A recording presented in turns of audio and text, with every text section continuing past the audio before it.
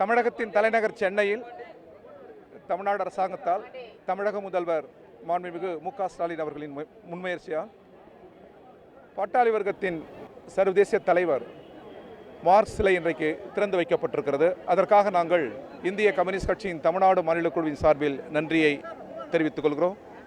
இந்த சிலை குழு உருவாவதற்காக எடுக்கப்பட்ட பலரின் முயற்சியும் நாங்கள் கரங்குப்பி வணங்குகிறோம். அவர்களுக்கும் நன்றி. இதே கன்னிமாரா நூலகத்தில் ஆரம்பத்தில் பிரிட்டிஷ் ஆதிக்கத்தில் இருந்தபோது போல்ஷிக் புத்தகங்களுக்கு தடை என்று எழுதி ஒட்டப்பட்டது.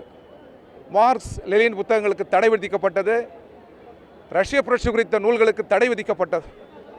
அத்தகைய நூலகத்தில் அதே வளாகத்தில் வரலாறு மகத்தான ஒரு சுற்றை சுற்றி இன்றைக்கு மகத்தான அந்த மனிதரின் சிலை நிறுவப்பட்டிருக்கிறது. மார்க்ஸ் மனித குலத்துக்கு 2 நற்கொடைகளை வழங்கியதாக சொல்வார்கள்.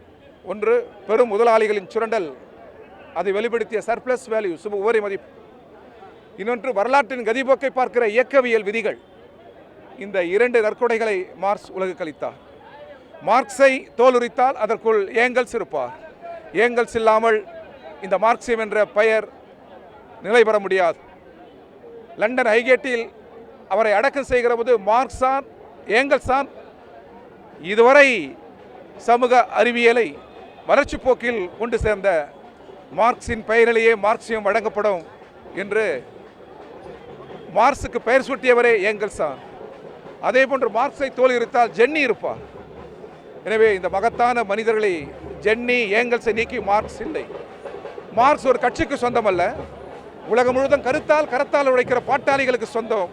அந்த அறிக்கை தான் கம்யூனிஸ்ட் அறிக்கை. மார்க்ஸ் சிந்தனைகள் கனவல்ல, அது நிஜப்படும்.